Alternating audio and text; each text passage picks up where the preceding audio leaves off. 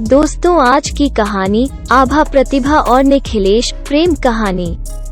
यह कहानी एक ऐसे लड़के निखिलेश की है जिसे डांस का जुनून था। वो डांस के जरिए दुनिया को जीत लेना चाहता था। ये उसका जुनून था, लेकिन दिल में कहीं बैठी एक आरज़ू भी थी जो अक्सर ही उससे उसके प्यार के बारे में कहा करती थी। उसकी इच्छा थी उसकी जीवन संगिनी एक गायिका हो, भले वो गायन में स्नातक न हो, न ही उसका पेशा गायन हो, लेकिन वो उसके लिए गुनगुना सके, उसके लिए 4 शब्द ही हो पर गा सके। वो अक्सर ही भीड़ में उस आवाज को तलाशता था। न जाने उसके दिल को कौन सी उस आवाज का इंतजार था जो उसे इतने दिनों में कभी नहीं मिली थी। वो डांस के साथ साथ अपनी पढ़ाई में भी बहुत अच्छा था, इसलिए शहर के एक अच्छे कॉलेज में पढ़ रहा था। उसके पिता को उसका डांस बिल्कुल पसंद नहीं था, क्योंकि निखिलेश के डांस के कारण वो पिता का बिजनेस में सहयोग नहीं कर पाता था। निखिलेश डांस में इतना ज्यादा घुस चुका था कि उसकी ख्याति भी शहर में एक अच्छे डांसर के रूप में होने लगी थी। कॉलेज में अक्सर उसे गुनगुनाने की आवाज सुनाई देती थी जो उसके मन को विचलित कर देती थी। शायद यही वो आवाज थी जिसे वो ढूंढ रहा था। जब भी वो उस आवाज को सुनता, उसका पीछा करता, लेकिन उसे कभी वो लड़की नहीं मिलती जिसकी वो आवाज थी। कई दिन बीत गए, उसे बिन देखे ही उस आवाज से प्यार होने लगा था। उसने अपने दिल ही दिल में उस आवाज के अनुरूप एक तस्वीर बना ली थी और अपने सपनों में उस तस्वीर से मोहब्बत करने लगा। एक दिन उसे फिर से वही आवाज सुनाई दी। उसने भागकर देखा तो कॉलेज के बगीचे में 2 लड़कियां बैठी थी। उसे आज वो लड़की दिख ही गई जिसकी आवाज उसके दिलों दिमाग में छाई हुई थी। वो दोनों बहनें थी जो हमेशा ही साथ रहती थी। उनमें से एक का नाम आभा और दूसरी का नाम प्रतिभा था। आभा स्वभाव से शांत थी, अक्सर ही अपनी बहन के पीछे चुप सी खड़ी रहती थी। उसकी मुस्कान बहुत अच्छी थी, वो दिल की जितनी साफ थी उसके चेहरे पर भी वही निर्मल भाव थे, लेकिन वो दिखने बहुत साधारण थी। और इसके विपरीत प्रतिभा आज के जमाने की मॉडर्न लड़की थी जो बहुत बिंदास रहती थी, फैशनेबल कपड़े पहनती और घूमती फिरती एक जिंदादिल खुश मिजाज लड़की थी। जब निखिलेश ने प्रतिभा को देखा तो उसकी आंखें थम गई। उस नशीली आवाज के पीछे ये सुंदर चेहरा देख निखिलेश सनसा रह गया और अपना सब कुछ उस पर लुटा बैठा। हर वक्त वो इस कोशिश में रहता कि कैसे भी प्रतिभा से उसकी बात हो। इसके लिए उसने उसे फेसबुक पर फ्रेंड रिक्वेस्ट भी भेजी। वो घंटों फेसबुक पर प्रतिभा से बातें करता, एक दोस्त की तरह उससे अपने सुख दुख शेयर करता और दूसरी तरफ से भी उसे बहुत अच्छा रिस्पॉन्स मिल रहा था। निखिलेश की जिंदगी का खालीपन भर गया था। उसे एक साथी की आदत सी होने लगी थी। जब तक वो दिन भर की बातें फेसबुक पर उससे शेयर नहीं करता, उसका दिन पूरा नहीं होता था। कई बार उसके असाइनमेंट पूरे नहीं होते और जब वो ये बात अपनी दोस्त को फेसबुक पर कहता, दूसरे दिन उसके नाम से कंप्लीट असाइनमेंट क्लास में जमा हो जाता था।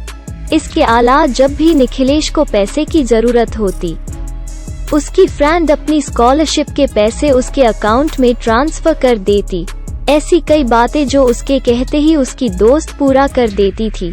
निखिलेश को यह एहसास हो गया था कि वो जितना प्रतिभा को पसंद करता है उतना ही प्रतिभा उसे यह भी यकीन हो गया था कि प्रतिभा जितनी मॉडर्न रहती है वास्तव में उतनी ही सरल और दिल से भोली है। शायद इसी एक बात में निखिलेश गलती कर रहा था, क्योंकि फेसबुक पर वो जिससे बातें कर रहा था वो प्रतिभा नहीं, आभा थी, जिसकी आवाज से, व्यवहार से, अपनेपन से निखिलेश को प्यार था, वो आभा थी। लेकिन निखिलेश का मन उस बाहरी सुंदरता की तरफ आकर्षित था जिसका मन उतना सुंदर नहीं जितना उसका था, जिसका चेहरा उतना सुंदर नहीं था। यह सिलसिला कई दिनों तक चलता रहा। आभा और निखिलेश दोनों ही एक गलत फहमी के चलते एक दूसरे के बहुत करीब आ गए। निखिलेश के एहसासों में प्रतिभा का चेहरा और आभा की आवाज, उसका सुंदर मन, उसके विचार दिन प्रतिदिन गहरे होने लगे और इसी तरह उसके डांस का जुनून भी बढ़ता गया, क्योंकि आभा जो कि उसके लिए प्रतिभा थी वो भी निखिलेश के डांस से बहुत प्यार करती थी। यहाँ तक कि निखिलेश ने अपनी प्यार की बातें अपने दोस्तों से तक कह दी थी। सब उसे हमेशा बोलते थे कि वो बहुत लकी हैं क्योंकि उसे प्रतिभा जैसी सुंदर और मॉडर्न लड़की में वो सब गुण मिले जिसे वो हमेशा चाहता था। एक दिन उसने फैसला किया कि वो प्रतिभा से जाकर अपने दिल की बात कहेगा, और उसने वही किया। उस दिन वो बहुत अच्छे से रेडी हुआ और हाथों में गुलाब के फूलों का गुलदस्ता लेकर प्रतिभा से मिलने गया। प्रतिभा अपने दोस्तों के साथ बैठी थी और वही उसके साइड में आभा भी थी। निखिलेश उन दोनों की तरफ बढ़ रहा था, जिसे देख आभा के दिल में अजीब सी बेचैनी थी क्योंकि वो लोग आज तक रूबरू नहीं हुए थे, पर कहीं ना कहीं उसे बहुत खुशी भी हो रही थी। जैसे ही निखिलेश उन तक पहुंचा और उसने हाथों में गुलाब लेकर घुटनों के बल बैठकर प्रतिभा को प्रपोज किया, यह देख आभा स्तब्ध रह गई और उसे सारी बातें समझ आ गई और वो चुपचाप वहां से चली गई। थोड़ी देर तक सब शांत रहा और एकदम ही प्रतिभा जोर जोर से हंसने लगी और उसने अपने दोस्तों के साथ मिलकर निखिलेश की बहुत हंसी उड़ाई और कहा कि तुम क्या सोचते हो, मेरे जैसी मॉडर्न लड़की एक नचिया से शादी करेगी? मेरी पसंद तो एक पैसे वाला बिजनेसमैन है। और वो निखिलेश की बहुत बेइज्जती की। निखिलेश अपने गुस्से को पीकर वहां से निकल गया। तभी उसे आभा मिली। उसने निखिलेश से माफी मांगी, उसे बताया कि फेसबुक पर वो जिससे बात करता था वो खुद आभा थी। यह सुनकर निखिलेश और गुस्सा हो जाता है और अपना पूरा फ्रस्ट्रेशन आभा पर निकाल देता है। इसके बाद निखिलेश सब छोड़कर वहां से चला गया। वो अपनी बेइज्जती भूल नहीं पाया और उसने अपना डांस भी छोड़ दिया।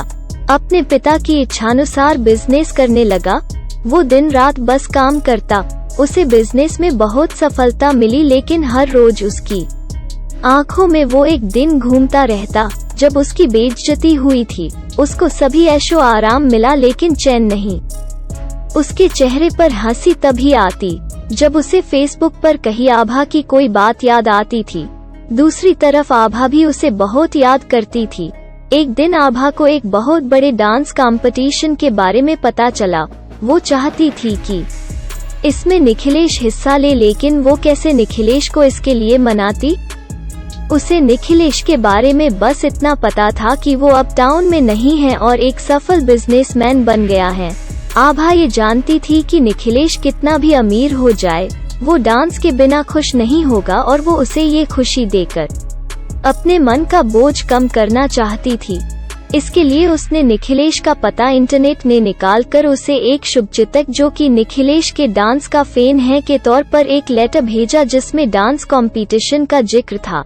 असल में निखिलेश के डांस को सभी इसी तरह से पसंद करते थे, इसलिए निखिलेश को इस शुभचिंतक से कोई आश्चर्य नहीं था। निखिलेश डांस छोड़ चुका था, उसने बस लेटर पढ़ा और रख दिया, लेकिन आभा को पता था निखिलेश को कैसे मनाना है। उसने कई लेटर और कई तस्वीरें भेजी जिसमें निखिलेश के डांस के प्रति प्यार का प्रमाण था, जिसे देख निखिलेश का दिल पिघलने लगा और आभा ने जब तक यह सब किया जब तक कि निखिलेश ना मान जाए और निखिलेश को मानना पड़ा। निखिलेश में फॉर्म भरा और जमकर तैयारी भी की। उसके चेहरे पर शांति और खुशी के भाव थे जिसे परिवार और ऑफिस एम्प्लॉय समझ रहे थे। वो दिन आ गया जब कंपटीशन था। निखिलेश ने बिल्कुल तोड़ू परफॉर्मेंस दी और वो जीत गया। जब उसे पुरस्कार मिला तब सबसे आगे आभा खड़ी ताली बजा रही थी। उसे देख निखिलेश के चेहरे पर वही गुस्से के भाव आ गए और वो वहां से निकल गया। जब वो घर आया तो घर में उस शुभचिंतक ने फूल भेजकर उसका अभिवादन किया। साथ ही उसे एक लेटर भी लिखा जिसमें था कि आने वाले कुछ दिनों में उसे एक सरप्राइज मिलेगा। निखिलेश चौंक गया। उसे बार बार उसी बात का ख्याल सताने लगा। एक दिन शाम को घर लौटा तो घर पर प्रतिभा और उसके माता पिता प्रतिभा के रिश्ते के लिए आए थे। असल में आभा ने प्रतिभा और निखिलेश की शादी के लिए अपने माता पिता और प्रतिभा सभी को मना लिया था। आभा हर हाल में निखिलेश को खुश देखना चाहती थी, इसलिए पहले उसने निखिलेश को वापस अपने डांस से मिलवाया और फिर निखिलेश को प्रतिभा से। निखिलेश कुछ देर सभी के साथ बैठा पर उसका मन नहीं लग रहा था। उसने कमरे में जाकर फ्रेश होने की इजाजत ली और वहां से अंदर चला गया। अपने कमरे में बैठ निखिलेश सारी बातें सोच रहा था कि कैसे उसने एक आवाज सुनी। फिर उसकी बात आभा से हुई। वो कितना खुश था जब आभा हर परिस्थिति में उसके साथ ना होते हुए भी थी। लेकिन ये सब उस दिन खत्म हो गया जब गलतफहमी दूर हो गई। लेकिन फिर से उसे वही सब महसूस हुआ जब उसने उस शुभचिंतक के लेटर को पढ़ा और उसकी बातों को माना। निखिलेश ने एकदम ही शुभचिंतक वाले लेटर निकाले और उसे असाइनमेंट की कॉपी से मैच किया। उसे समझ आ गया कि इस सब के पीछे कौन है। उसे सारी बातें समझ आ गई और यह भी कि वो क्या चाहता है। वो कमरे से बाहर आकर सबके बीच बैठा और उसने प्रतिभा के पिताजी के हाथ पकड़कर कहा कि मैं शादी के लिए तैयार हूँ, पर मेरी एक शर्त है। मैं प्रतिभा से नहीं, आभा से शादी करना चाहता हूँ। वो सभी को कहता है मैं भी औरों की तरह सुंदरता में प्यार ढूंढ रहा था, ये भूलकर कि मुझे जिस आवाज से प्यार था उसका चेहरा यह तय नहीं करता कि आवाज कितनी सुंदर है। मेरे दिल को जिसने छुआ था असल में वो आभा ही थी। उसकी पूरी बातें सुन सभी की आंखें भर गई और निखिलेश और आभा एक हो गए। आभा का मन बहुत साफ था, इसलिए उसे उसका प्यार मिलता है और तभी तो हम कहते हैं मन चंगा तो कठौती में गंगा। यह कहानी कैसी लगी जरूर कमेंट बॉक्स में लिखें। आज की कहानी में बस इतना ही। धन्यवाद।